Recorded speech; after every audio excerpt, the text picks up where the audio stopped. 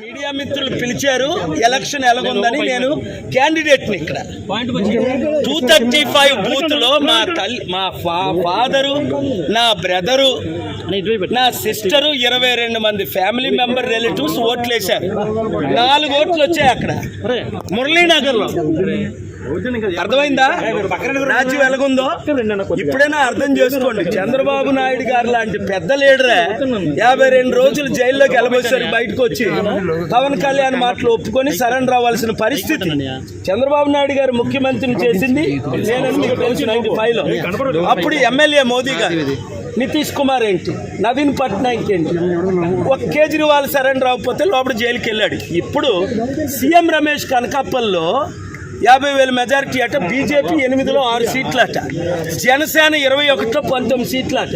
ఇంకెందుకు ఎలక్షన్? ఇప్పుడే నేను కలెక్టర్ గారితో సంతకం తీసుకొని వచ్చాను. ఆయన పెట్టనంటే గొడవ పెట్టుకొని మీరు ఎక్నాలజ్మెంట్ తీసుకోండి అని, ఇదిగోండి సంతకం. ఏమని డిమాండ్ చేశాను? కోర్టు ఆర్డర్ ఉంది 23-30ని. ఏమని? మీరు సీసీటీవీ లింక్ లాస్ట్ టైం ఎందుకు ఇచ్చారు క్యాండిడేట్లకి, ఇప్పుడు ఎందుకు ఇవ్వలేదు? ఇప్పుడు అర్థమైంది ఎందుకు ఇవ్వలేదు. సీసీటీవీ కెమెరాలు వెనకన ఎందుకు పెట్టలేదు, చుట్టూ ఎందుకు పెట్టలేదు? ఎందుకు కారణం? నాకు పడిన లక్షల ఓట్లు పోని యూత్ నిరుద్యోగులు 2 లక్షలు, క్రిస్టియన్స్ 2 లక్షలు, 3.5 లక్షల్లో బడుగు బలహీన వర్గాలు 2 లక్షలు ఏమయ్యాయి అంటే, పోనీ నా ఫాదరు, నా సిస్టరు, నా బ్రదర్లా, నా ఫ్యామిలీ మెంబర్స్ 235 బూత్లో వేసిన ఓట్లు. ఆ రోజు నన్ను పోలీస్ శ్రీకాంత్ 15 నిమిషాలు హెరాస్ చేసి ఆపారు సిఐ పోలీసు. ఇంత దరిద్రం ఎలక్షన్స్ ఇంకనవసరం. చైనా లాగే, రష్యా లాగే మోదీ గారు టోటల్గా ఆయనే లైఫ్ లాంగ్ డిక్లేర్ చేసుకోవడం బెటర్. ప్రైమ్ మినిస్టర్గా, ప్రెసిడెంట్గా ఇంక ఎలక్షన్స్ అని పాటించని అవసరం లేదు. ఆర్ఓ గారు సంతకం పెట్టారు, గాజువాక ఆర్ఓ గారు సంతకం పెట్టారు. నేనేం కోరాను? బూత్లో ఒక్కొక్క దగ్గర ఓటే పడలేదు నాకు. అది కూడా గాజువాక స్టీల్ ప్లాంట్ అమ్మకాన్ని ఆపాను. 2,34,000 మేము లీడ్లో ఉన్నామని ఈవెన్ ఆఫీసర్స్ కూడా చెప్పారు. అక్కడ 1, 2, 3, 8 ప్లేసుల్లో 0. ఆ కాంగ్రెస్ క్యాండిడేట్ ఆశ్చర్యపోతున్నాడు, సార్ మీకేంటి ఎలాగోట్లు వస్తున్నాయని. ఎందుకంటే మీరే లీడ్లో ఉన్నారు, మీకు భరత్కే ఫైటు, టీడీపీకి వైసీపీ పక్కన పెట్టియండి అని. అలాంటిది ఇంక ఎలక్షన్స్ ఎందుకు?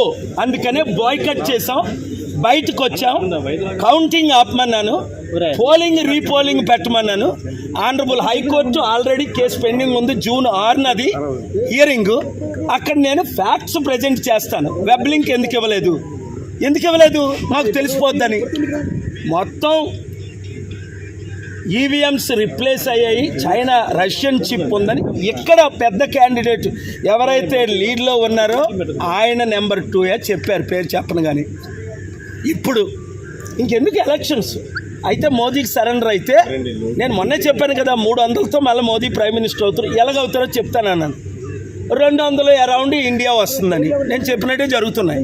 ఇక్కడ కూటమికి మాత్రం ఇంత ఘోరంగా ఓట్లు ఏం చేసుకుంటారు, ఈవీఎం రిప్లేస్ చేస్తారని ఊహించలేదు.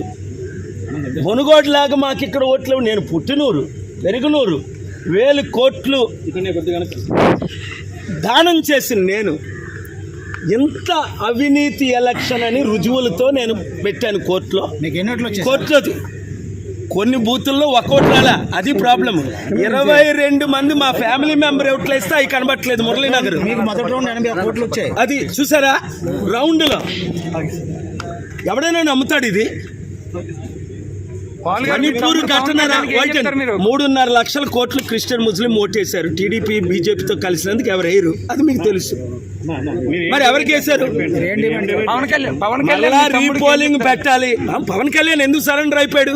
ఆయనకు కూడా ఓట్లు పడవనే. అంతవరకు ఎందుకు? చిరంజీవి 2009లో ఒంటరిగా నిలబడ్డాడు, 18% వచ్చింది.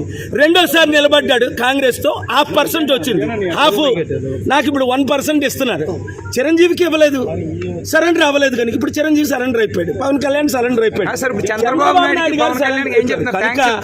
నేను చూడు, ఇది అవినీతి ఎలక్షను, అక్రమ ఎలక్షను.